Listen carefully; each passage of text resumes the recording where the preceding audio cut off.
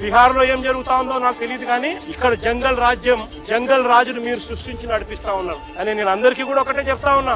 ఎల్లకాలం ఇదే మాదిరిగానే జరగదు. 2 ఏళ్లు కన్ను మూసుకుంటే అయిపోయింది, మరో 3 ఏళ్లు కూడా కన్ను మూసుకుని కన్ను తెరిచేసరికి మరో 3 ఏళ్లు కూడా అయిపోతుంది. ఆ తర్వాత వచ్చేది మాత్రం మా ప్రభుత్వం అని చెప్పి కూడా ప్రతి ఒక్కరికి కూడా ఈ సందర్భంగా కూడా చెప్తా ఉన్నా.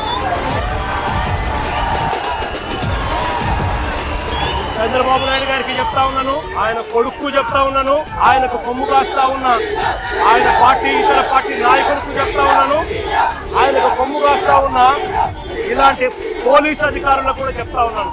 రేపు పొద్దున మా ప్రభుత్వం వచ్చిన తర్వాత వీటి అన్నిటి మీద కూడా ఎంక్వైరీలు వేస్తాము, వడ్డీతో సహా చెల్లిస్తారు అని కూడా ఈ సందర్భంగా అందరికీ కూడా చెప్తా ఉన్నాం. అందరినీ కూడా బోర్డులలో నిలబెడతాము, సాక్ష్యాలు ఆధారాలతో సహా యూనిఫామ్లు ఒక్కొక్కరికి కూడా ఇప్పించి వీళ్ళందరితో పాటు ఈ కాన్స్పిరసీలో భాగమైన ఇతర రాజకీయ నాయకులు ఎవరెవరైతే చేసినారో వాళ్ళందరినీ కూడా ఒక్కలో పెట్టి న్యాయం జరిగేట్టుగా వడ్డీతో సహా వీళ్ళంతా కూడా చెల్లించే పరిస్థితి కూడా వస్తుందని కూడా ఈ సందర్భంగా ప్రతి ఒక్కరికి కూడా హెచ్చరిస్తా ఉన్నాం. ఈ రోజు వైఎస్ఆర్సీపీకి సంబంధించిన ప్రతి గ్రామ స్థాయిలో కూడా ప్రతి కార్యకర్త కూడా దెబ్బతినున్నాడు, ప్రతి నాయకుడు దెబ్బతినున్నాడు.